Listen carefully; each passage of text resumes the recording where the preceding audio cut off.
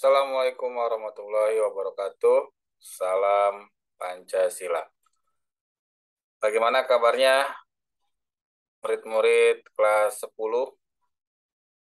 Ketemu lagi dengan saya, Pak Ibe. Hari ini saya akan membahas mengenai kisi-kisi sumatif tengah semester ganjil. Dan mohon maaf, saya menggunakan masker karena saya lagi flu ini. Jadi saya menggunakan masker. Nah, hari ini, walaupun saya sedang flu, saya tetap bersemangat untuk membuat konten atau materi tentang kisi-kisi STS ganjil, sumatif tengah semester ganjil.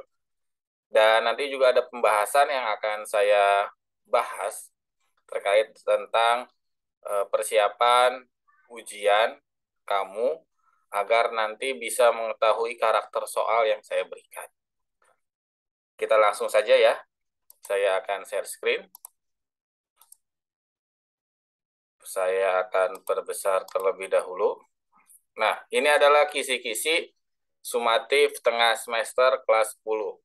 CP-nya, capaian pembelajarannya adalah tentang Pancasila. Jadi, untuk STS kali ini hanya satu CP saja, atau hanya satu bab saja.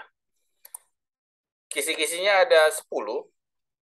Yang pertama adalah tentang perumusan Pancasila sebagai dasar negara. Jadi bagaimana Pancasila itu sebagai dasar negara bisa ditemukan dan bisa digali dari founding fathers kita, dari nenek moyang kita sebelumnya. Karena memang Pancasila itu sudah ada di bumi Nusantara, jauh sebelum negara Indonesia terbentuk.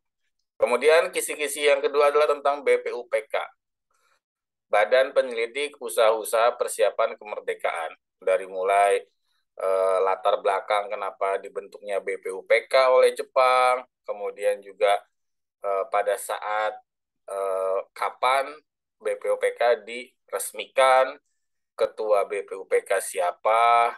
Nah, itu semuanya akan ada. Ditambah juga nanti akan ada pembahasan mengenai usulan dasar negara dari Muhammad Yamin, kemudian negara integralnya Ala Supomo, kemudian Pancasilanya Soekarno. Itu semuanya nanti akan menjadi soal. Kemudian yang keempat kisi-kisinya adalah tentang Panitia 8. Ingat ada Panitia 8 dan ada Panitia 9. Kalau Panitia 9 itu kan tentang Piagam Jakarta. Kemudian ada juga tentang PPKI, kemudian ada juga tentang kedudukan Pancasila. Jadi Pancasila itu kedudukannya seperti apa, fungsinya bagaimana. Kemudian yang ke-9 tentang nilai-nilai Pancasila dalam kehidupan sehari-hari. Pengamalan silanya bagaimana dalam kehidupan sehari-hari. Dan yang terakhir, yang ke-10 adalah bangga sebagai bangsa Indonesia. Ketika kita sudah mengamalkan Pancasila, maka kita pun akan timbul kecintaan kita, timbul rasa bangga kita kepada bangsa Indonesia. Itulah 10 kisi-kisi yang akan saya jadikan soal. Jumlah soalnya itu ada 50 pilihan ganda. Mudah-mudahan kelas 10, dari mulai kelas 10 1, 2, 3, 4, 5, sampai dengan 10, 6, bisa mengerjakan, dan saya selalu mendoakan agar kamu semuanya mendapat nilai yang optimal. Saya akan lanjutkan kembali. Sumber belajarnya dari mana? Ada 4 sumber belajar yang bisa kamu jadikan referensi. Yang pertama adalah buku paket Erlangga. Kemudian ada juga tentang UKBM yang saya buat. Kemudian juga dari buku Mandiri. Dan yang terakhir adalah PowerPoint yang saya berikan di Google Classroom. Itu semuanya bisa menjadi panduan ataupun kamu bisa latihan soal dari buku-buku tersebut. Karena memang untuk STS kali ini saya menggunakan skema, ada beberapa soal yang menggunakan sistem asesmen nasional atau menggunakan soal-soal HOTS, High Order Thinking Skill. Ya. Baik, kita akan masuk ke contoh pembahasan soalnya agar tidak terlalu lama ya durasinya. Itu semuanya adalah kisi-kisi tentang STS. Yang berikutnya ini adalah contoh soalnya. Kita akan masuk ke soal yang nomor 1. Nah, di sini tipenya adalah tipe terkait tentang adanya wacana. Ataupun bisa dibilang ini adalah soal tentang numerasi. Jadi nanti akan ada soal, literasi. Jadi nanti akan ada soal yang mempunyai bacaan atau literasi yang harus kamu baca. Karena kenapa? Karena jawabannya sebenarnya ada di bacaan ini. Seperti itu. Jadi ada tipe soal yang seperti itu. Sebagai contoh nih, nomor 1 nih. Perhatikan teks bacaan di bawah ini. Salah satu tahap berdirinya negara kebangsaan Indonesia adalah zaman Majapahit. Karena di bawah Panji Majapahit, kesatuan wilayah Nusantara terwujud berkat adanya Sumpah Pemuda yang diucapkan oleh Gajah Mada pada masa pemerintahan Raja Hayam Wuruk. Sejak zaman Kerajaan Majapahit, istilah Pancasila telah dikenal. Istilah tersebut ditemukan dalam Kitab Negara Kertagama karangan Empu Prapanca dan Kitab Sutasoma karangan Empu Tantular. Nah, di sini ada 2 karangan nih. Ada salah satu yang sebagai pengecoh. Di dalam Kitab Negara Kertagama terdapat pernyataan yang berbunyi Yatnang Gekwani Pancasila Kerta Sangkara Bisekaka Kakrama. Artinya adalah Raja menjalankan dengan setia kelima pantangan Pancasila itu. Nah, ini kita masuk nih ke dalam pertanyaan. Dari teks bacaan di atas, Raja menjalankan dengan setia kelima pantangan. Pernyataan tersebut ditemukan dalam kitab yang ditulis oleh. Nah, kamu akan bisa menjawab soal literasi ini ketika sudah membaca ini. Ketika sudah membaca, maka kamu akan bisa langsung menemukan, oh, yang menjadi pertanyaan adalah kitab yang ditulis oleh siapa adanya kalimat ini. Raja menjalankan dengan setia kelima Pancasila. Jawabannya adalah ini. Empu Prapanca. Empu Prapanca menulis kitab apa? Negara Kertagama karangan Empu Prapanca. Ya. Jadi ada soal yang memang sebenarnya jawabannya ada di wacananya. Makanya itulah pentingnya literasi atau budaya membaca. Baik, kita akan masuk ke soal tipe yang kedua. Nah, kalau soal yang tipe kedua ini, saya membuat seimbang antara soal bacaannya dengan jawabannya. Nah, apa yang harus kamu lakukan dan yang harus kamu pastikan kalau misalkan menemukan soal ini? Yang pertama adalah kata kuncinya. Kamu cari kata kunci dari pertanyaan itu. Apa yang ingin saya tanyakan? Di sini adalah yang akan menjadi pertanyaan, peristiwa yang berkaitan langsung dan menjadi dasar sejarah lahirnya Pancasila. Nah, kamu bisa melihat dan bisa membaca. Jadi yang menjadi dasar sejarah lahirnya Pancasila, jawabannya adalah ini, E.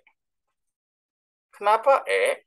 Karena Pancasila itu, kata Pancasila ya, lahir pertama kali ketika Soekarno, Insinyur Soekarno, berpidato di depan BPUPK. Kalau yang A, bukan jelas. Yang B, panitia kecil melanjutkan sidang ini pun bukan. Yang C, pidato Mr. Muhammad Yamin ini pun bukan.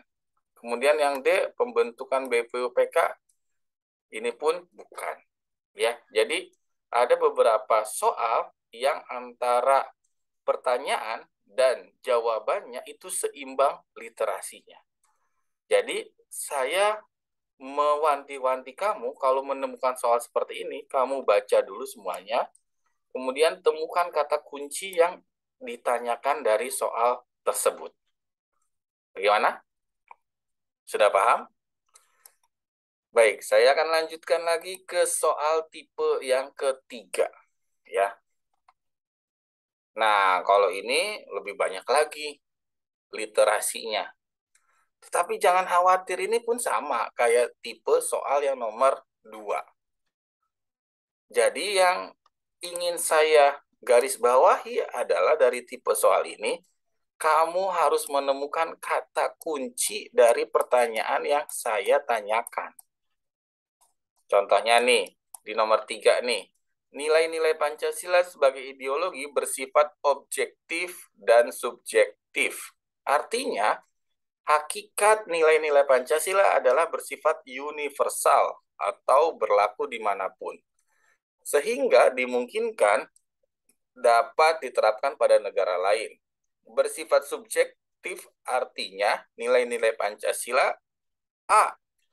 memiliki makna yang terdalam, menunjukkan adanya sifat-sifat yang umum, universal, dan abstrak.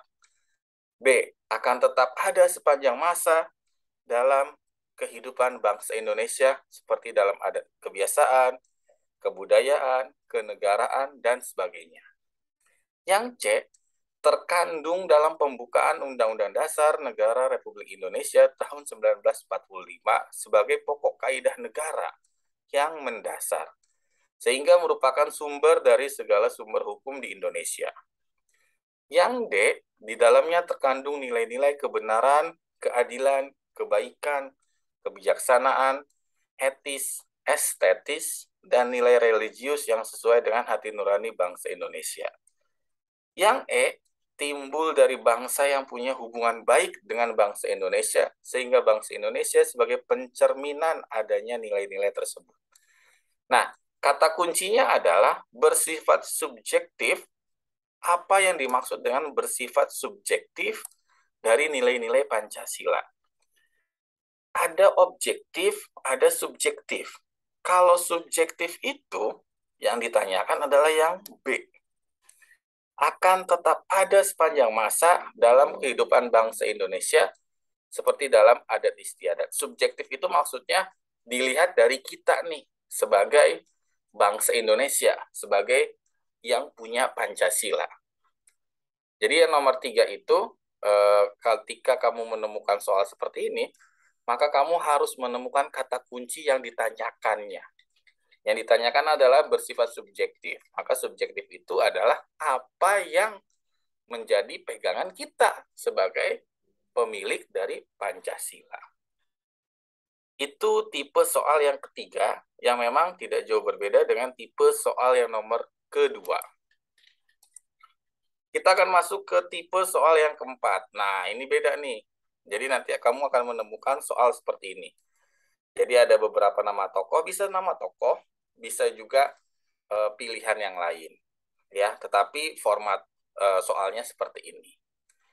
Nah, ketika kamu menemukan soal seperti ini, kamu tinggal lihat saja mana yang kira-kira nomor berapa yang benar. Harus bagaimana Pak cara menemukannya? Intinya adalah kamu menemukan dulu 2 jawaban yang benar. Ketika 2 itu sudah benar, maka kamu gampang menemukan yang ketiga. Sebagai contoh nih, perhatikan nama-nama tokoh berikut ini. 1. Hos Cokro Aminoto. 2. Muhammad Hatta. 3. Soekarni. 4. Muhammad Yamin. 5. Abikusno Cokro Suyoso. Pertanyaannya adalah, kausa formalis Pancasila mencakup panitia 9 dan para anggota BPUPK yang membahas dan merumuskan bentuk serta nama Pancasila.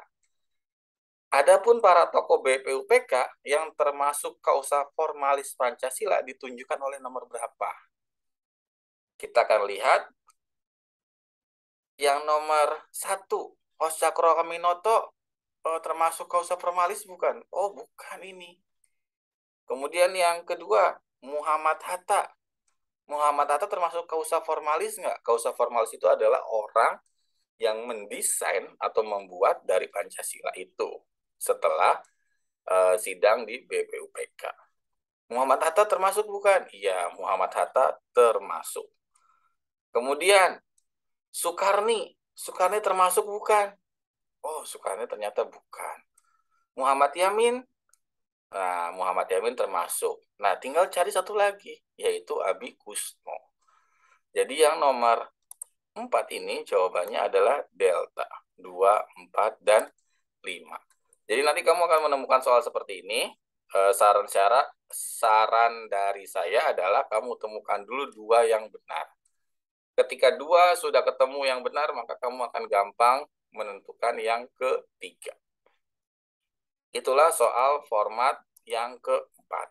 Dan yang terakhir adalah, nah ini ada wacana yang panjang. Nah, apa yang harus dilakukan? Yang saya bilang tadi, kamu harus membacanya. Ya, ingat, literasi itu adalah sebuah kewajiban. Jangan malas membaca, baca dulu. Kalau misalkan belum paham, baca lagi. Ketika sudah 3 kali belum paham, skip, ganti soal yang mudah dulu. Karena waktu mengerjakan soal akan terus berjalan. Ya, itu saran dari saya. Baik, anak-anakku semuanya, kelas 10 itu yang bisa saya sampaikan terkait tentang pembahasan kisi-kisi dan pembahasan soal STS ganjil tahun 2022. Saya selalu mendoakan yang terbaik kepada kelas 10, dan saya juga selalu mendoakan agar kelas 10 mendapatkan nilai yang optimal. Dari saya itu saja. Terima kasih. Sukses selalu untuk ujiannya. Wabillahi taufiq wal hidayah. Wassalamualaikum warahmatullahi wabarakatuh. Salam Pancasila.